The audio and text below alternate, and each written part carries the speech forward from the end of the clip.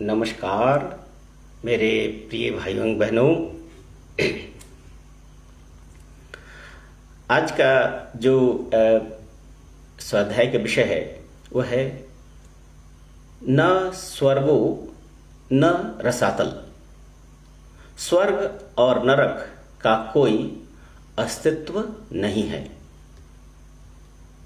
बहुत से धर्म मतों ने यह शिक्षा दी है कि जो धर्म मतों की भाव जड़ताओं का अनुकरण करते हैं और उनके अनुसार अच्छा जीवन जीते हैं, वे मरने के बाद शाश्वत सुख मिलने वाले स्वर्ग, जन्नत या हेवन में, और जो धर्म मतों के आदेशों के निर्देशों के विरुद्ध कर्म करते हैं वे अनंत दुख और असहनीय कष्टों से भरे नरक या दोजक या हेल में जाते हैं।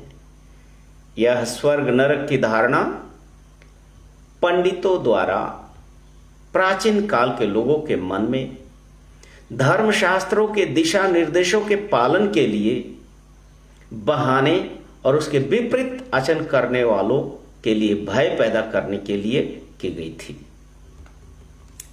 स्वर्ग एक काल्पनिक अति सुख की अवस्था और नरक एक काल्पनिक दुख की भयावह सोच है। इस स्वर्ग और नरक की कोई यथार्थ अवस्था नहीं होती है।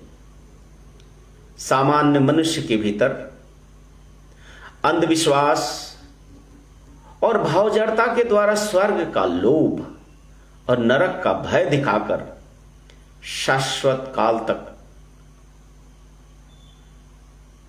अर्थात दोहन छोड़ अन्य कुछ नहीं है।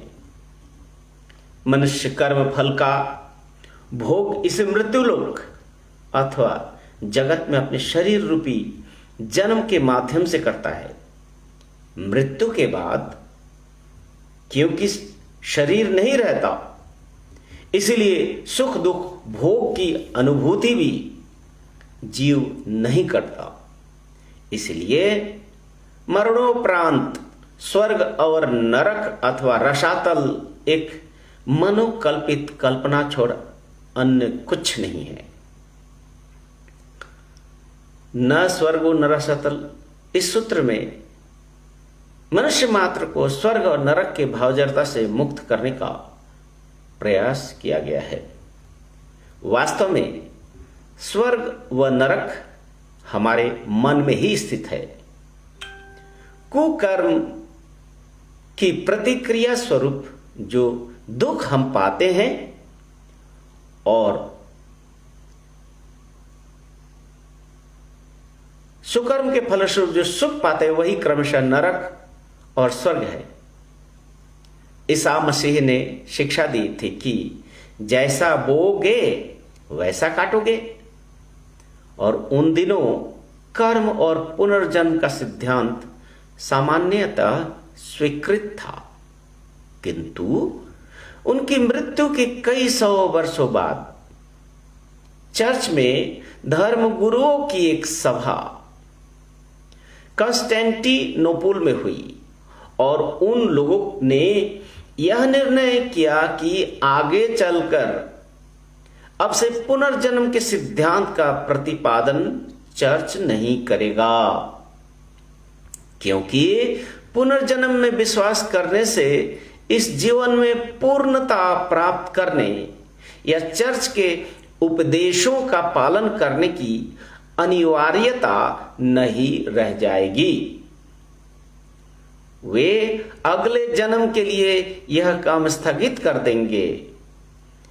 उनकी दृष्टि में पुनर्जन्म का प्रतिपादन करने से अच्छा है यह बताना कि मनुष्य को बस एक ही जीवन प्राप्त करना है, अतः वे इसी जीवन में गंभीर प्रयास करेंगे और स्वर्ग नरक की भावना से प्रेरणा लेकर धर्मशास्त्रों के आदेशों को निर्देशों का पालन तत्परता पूर्वक करेंगे।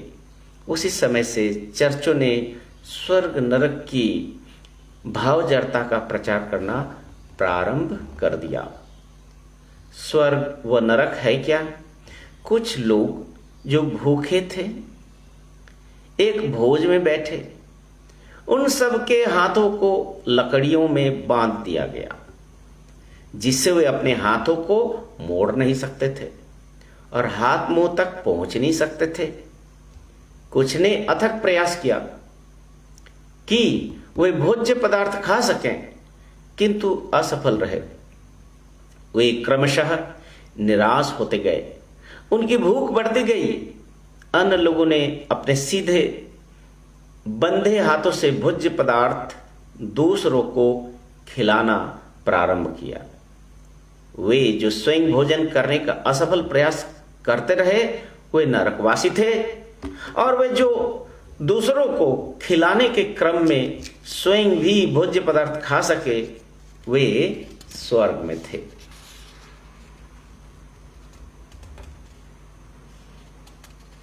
ये हुई स्वर्ग नरक की बातें। इसलिए इस बात को हम सबको समझना बहुत जरूरी है कि ये स्वर्ग नरक की कल्पना, ये विभिन्न मतवाद और अंधविश्वास कुसंस्कारों को प्रचार करने के लिए, लोगों में भय पैदा करके स्वरचित शास्त्रों और ग्रंथों को मनवाने के लिए, क्योंकि स्वर्ग और नरक की यह मान्यता मजबूर करते हैं इंसान को धर्म के दलालों के पास जाने के लिए, क्योंकि धर्म के दलाल जो भी हैं वो हमेशा मुंह बाए रहते हैं कि कब कोई क्लाइंट आए और हमारा दान दक्षिणा भरपूर मिले।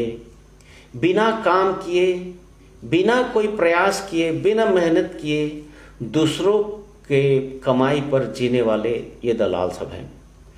क्योंकि हमारे भागवत शास्त्र में कह सकते हैं कि भागवत गीता में मोक्ष की बातें कही गई है, साल्वेशन की बातें कही गई है। तो जहां पर साल्वेशन होता है, मोक्ष होता है, तो मोक्ष का मतलब यह है तो परमात्मा से मिलजुल कर एक होना। तो परमात्मा से मिलजुल कर एक होना और स्वर्ग नरक दो बिल्कुल अलग चीजें हैं। क्योंकि स्वर्ग एक वासना है, स्वर्ग की प्राप्ति एक वासना है, और भगवान श्री कृष्ण कहते हैं निष्काम सेवा करो। अर्थात कर्म हमें करना है, लेकिन किस तरह से काम करना है?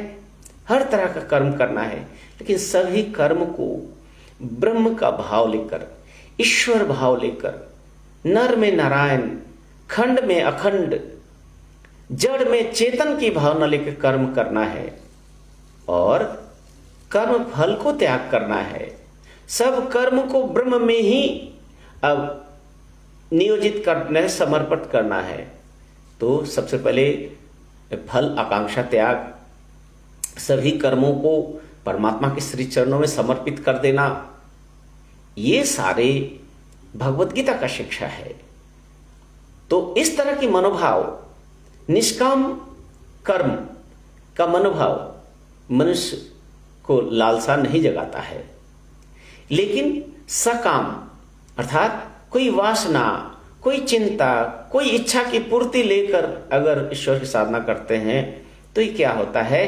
कर्म बंधन में पड़ जाते हैं, कर्म बंधन से मुक्ति नहीं मिलती है।